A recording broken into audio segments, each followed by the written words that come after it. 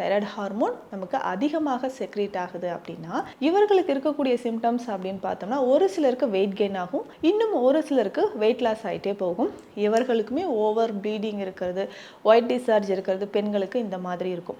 இதுவே ஆண்களுக்கும் இதே மாதிரி பிரச்சனையோடு உடல் பருமன் அதிகரிக்கிறது ஏற்படும். அப்போது இந்த மாதிரி சிம்டம்ஸ் இருக்கும்பொழுது மெயினாக நம்ம உணவில் கவனம் செலுத்த வேண்டியது அதிகமான புளிப்பு உப்பு சார்ந்த உணவுகளை தவிர்க்கிறது ரொம்ப ரொம்ப நல்லது. இதில் நான் அயோடைஸ்டு சால்ட் எடுக்கலாமா, இந்து உப்பு எடுக்கலாமா, பிளாக் சால்ட் எடுக்கலாமான்னு ஒரு டவுட் இருந்துகிட்டே இருக்கும். நீங்கள் எந்த உப்பு எடுத்தாலும் நம்ம சாப்பிடக்கூடிய உணவில் எடுக்கக்கூடிய உப்பு பாதி அளவாக நம்ம குறைச்சி தான் சாப்பிடணும். ஸோ அந்த மாதிரி உப்பு குறைச்சி சாப்பிட்றது ரொம்ப நல்லது. அதற்கு அடுத்தது பார்த்தோம்னா காலிஃப்ளவர், முட்டைக்கோஸ் இந்த மாதிரியான காய்கறிகளை நம்ம அவாய்ட் பண்ணிக்கணும். அதற்கு அடுத்தது பார்த்தோம்னா நம்ம சாப்பிடக்கூடிய காய்கறிகளில் ரொம்ப முக்கியமாக கவனம் செலுத்தி சாப்பிட வேண்டியது நம்மளுடைய நாட்டு காய்கறிகள் அப்படின்னு சொல்லலாம். இதில் பேசிக்காக பார்த்தோம்னா கொத்தவரங்காய், கோவக்காய் ரொம்ப முக்கியம். அதே மாதிரி வாழைப்பூ ரொம்ப முக்கியம். துவர்ப்பு சுவையுள்ள பொருட்கள் உணவில் நிறைய சேர்த்துக்கணும்.